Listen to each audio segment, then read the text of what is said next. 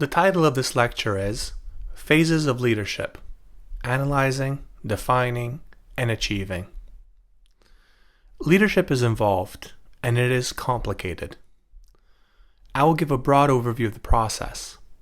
I will describe the process in terms of three ideas: analyze, define, and achieve. To begin with, analyzing. Analyzing implies that a leader should do some thinking. Consider the situation where an aspiring leader enters a group of people with a goal to take control and to lead the group. The aspiring leader acts in a dominant fashion in the hopes of overpowering the group members into accepting his or her rule. If only it were this easy. It turns out that these actions actually reduce the chance that the group will select this person as the leader. By acting dominant, this person has actually set himself or herself apart from other members of the group. The difference created makes it more difficult to connect, and the right bonding doesn't take place to facilitate them getting selected as the leader. Now consider another aspiring leader who enters the group but acts like one of the followers. This is a much better strategy, as it will be possible to connect with the others in this position. As one of the followers, it will be possible to learn, discuss, and identify with others. Having all of this information will then make it possible to influence other group members towards certain directions. Therefore, it will be possible to lead them. These ideas are perfectly demonstrated by the BBC prison study experiment. In this experiment, prisoner DM didn't try to act dominant from the beginning. Instead, he sat and listened to other cellmates in his cell. He asked about various topics.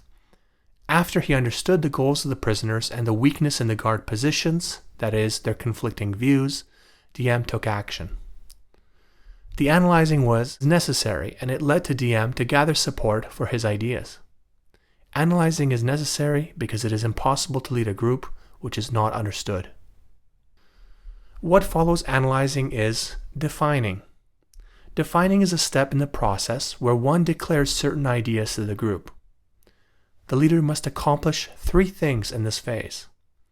First, the leader has to define the group, has to define themselves, and then has to show the similarities between themselves and the group. Second, the leader then needs to test the waters and propose ideas. Hopefully this will align with the group such that the ideas will be accepted, which will then lead to the creation of policies. Third, the leader needs to make an overall vision. All these things need to happen in the defining process. And lastly, it's time to talk about achieving.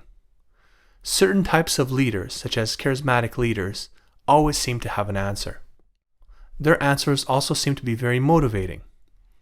However motivating certain ideas may be, if the ideas remain as ideas, the motivation does not last forever. As such, the leader needs to realize the ideas into tangible results. The leader needs to achieve. In my earlier example from the BBC prison study, I discussed prisoner DM's methods. Prisoner DM knew how to become a leader. Prisoner DM asked questions of the prisoners and then understood their goals. He also observed the guards and realized that they were not coordinated. For example, anyone could ask questions of the guards.